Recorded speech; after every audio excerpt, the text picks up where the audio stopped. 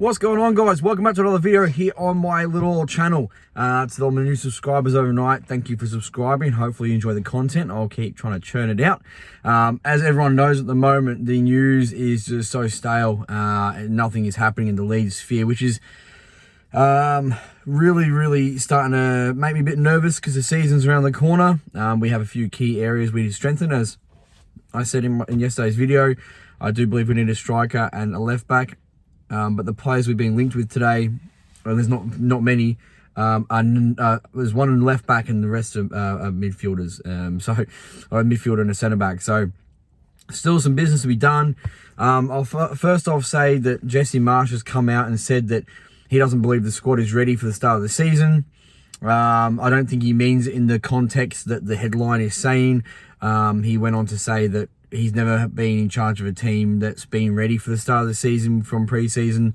I get what he's saying. I know he doesn't mean it in the way of that he hasn't prepared the team for the season, but he's just saying that there's a lot of work to develop through the year, which might suggest that we'll get stronger and stronger. But you know, thankfully we have a more favourable start to the season in some people's eyes, in which case we can have what is seen as a sloppier start and maybe churn out some wins and it be a bit more difficult and then come stronger throughout the year. We'll see how that plays out.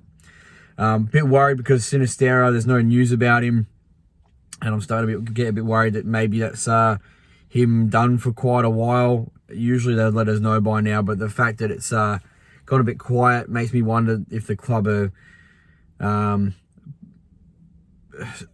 bit worried. I was trying to think of a word that wasn't a swear word. Are a bit worried that what the reaction from the Leeds fans will be, because we've spent all this money on Sinistera and he's not going to be available for a while. So we'll see how that develops. We'll see what happens there, but we're going to be down a winger.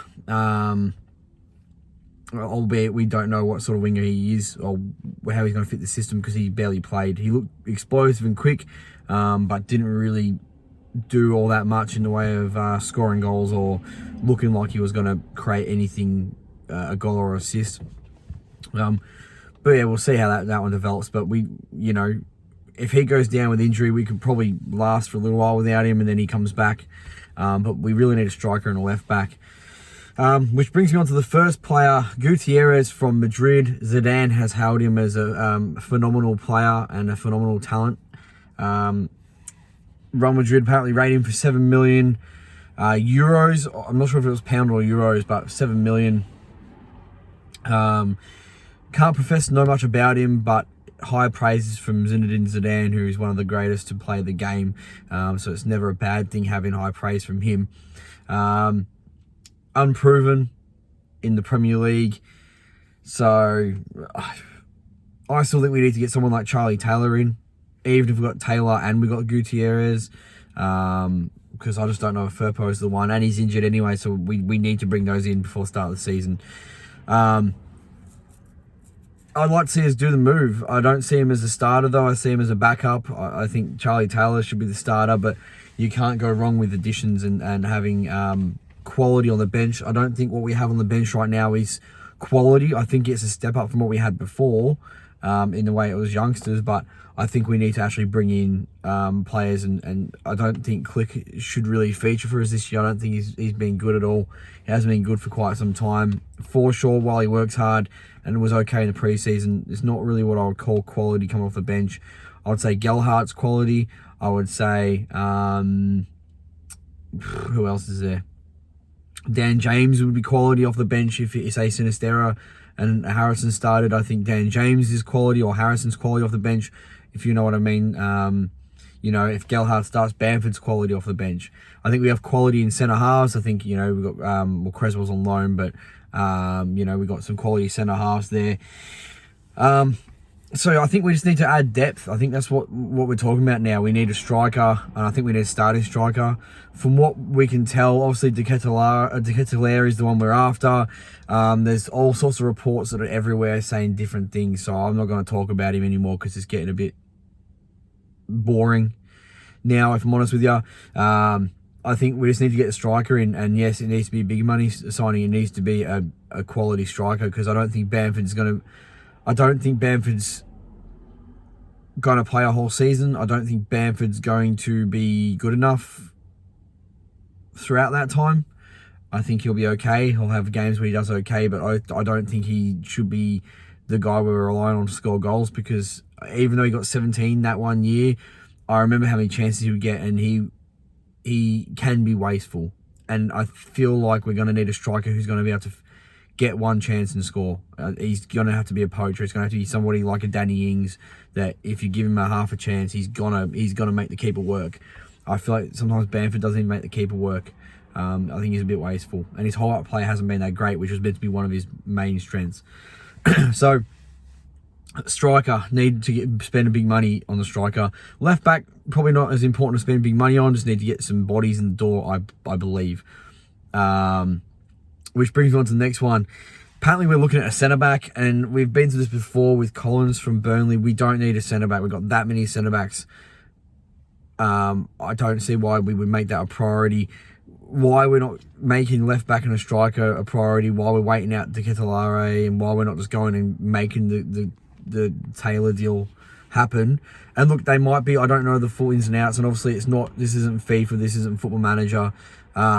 It takes time for this to happen, I understand that, but it doesn't feel like we're doing it. We haven't even got the backup experienced goalkeeper in yet, and Ben Foster's been waiting for a club for how long? You know, like, surely it can't be hard when there's not a club involved and a dollar value. Surely it's not difficult to go to him and say, how much do you want? Sign the contract, done. Like, that one makes no sense to me. And that's a no-brainer. He doesn't have to start. Just has to be there to support. He just has to be a Melier support. And then if Melier goes down with injury, you bring in a keeper that can do it. He's a good keeper. He's a very good keeper as a backup. So I'm a bit confused by that one as well, if I'm honest with you. That one needs to happen. Left back can be whatever, because I think Firpo's serviceable. Everyone keeps complaining about how crap he is. And look, he makes some silly mistakes, but I think he's serviceable. I think you can have him as a bench player. I don't think he's a starter. I think Charlie Taylor will be a starter. Gutierrez, I don't know much about him, so we'll see. But I'm not too sure about that one. But yeah, just need depth. So apparently looking at centre-back. Maybe he thinks that Robin Koch and Stroik aren't good enough, which I think is stupid. I think they are good enough. I think they just don't have support from left back, and that's why they might have struggled a bit in the pre-season. But I thought the back line actually looked okay. I think it didn't look as leaky as last year. The midfield I thought looked good. I think it looks industrious. I don't think we need another midfielder. Which brings me on to, apparently we're inquiring about Nunes from Sporting Lisbon.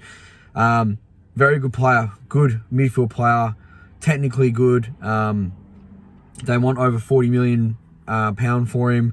I think it was Arsenal looking at him. I don't know if this one's going to come to fruition. I don't think we need another midfielder. While I think he's quality and he is a creative player, I don't think we should spend 40 odd million on a midfielder when we still have glaring issues in other positions. So that's just my opinion. Please feel free to let me know in the comments what you think, where you would spend the money that's left over. But I think it's a pretty universal agreement with Leeds fans that a striker and a left back is what's needed, and a backup goalkeeper. We've strengthened the midfield, and we've strengthened the right back, which arguably didn't need as strengthening. I do love Christensen though, but it didn't need strengthening. But not going to argue with it bringing him in. If you're going to spend the money, go nuts. So we'll see what happens there, but so far, not a lot of movement on the striker. I think Callum Wendo, Gutierrez, or Taylor, and Foster, and I would then call this a great window. There's been a few comments about whether it's a good or great window, and I appreciate everyone's opinion on it. If you think it's a great window, fantastic. I'm buzzing that you're happy to go into a season like this, because I know how hard it can be to be a Leeds supporter sometimes, and you can go into a season and just not be confident at all.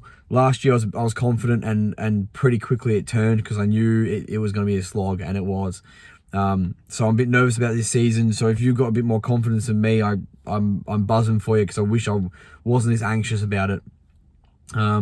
So we'll see what happens. Need some signings before the window starts. I'm really happy that we brought players in before pre-season. Great, they've gelled. we've left it a bit late to bring in the striker because the season's going to start and we're not going to have a striker. We're going to have Bamford and Gelhardt, but I just don't see... Even Gelhardt's had his injury problems, but I just don't know how long Bamford lasts. Even when I watched him live, Bamford went up for a header and landed on his back and laid there for like a minute or two, and I'm like, he's done it again. You know, I understand getting older. I understand injuries. I twisted both ankles on the weekend, which is just an old man's injury. I'm nearly 31 now, so that's, you know, giving my age away. But I'm nearly 31 years old, so yes, my body doesn't hold up. But you know, he should be in peak physical form, and the fact that the minute he lands on his foot wrong or his back, he just seems to just...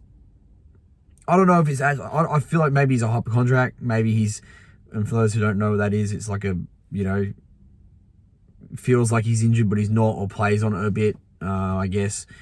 I don't know if he is one of those, if he's just a bit sort of safety first, but we can't rely on him. He won't be there all year. I can guarantee you he'll miss 10 games at least at one point. And the same, Gelhardt has had his injuries as well. He's not squeaky clean. So I think Callum Wendo is the one. I think we need to drop this De Ketelaere situation and just, you know, I mean, stay in there, but get a deal done in the background for Callum Wendo. Like, it feels like we're sort of just dicking around, because by the time that this all blows, it could be the start of the season by the time it blows over, and then we go get Callum Wendo, and then it takes time for that one to process as well. Just go get it done. Just go get it done. But yeah, let me know what your thoughts are in the comment section below. I appreciate the love and support. If you feel free to share the content, if you like what I do and you want to help me out, share it. I still need to do social media, but I just don't have time to make a Twitter and stuff.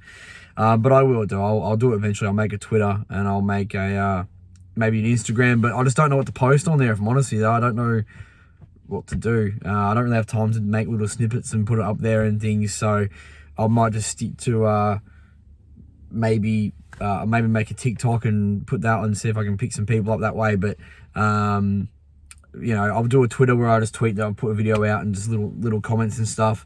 But I'm new to this. I really don't know. I don't really use social media at all. Like, I have Facebook Messenger, but I don't have Facebook.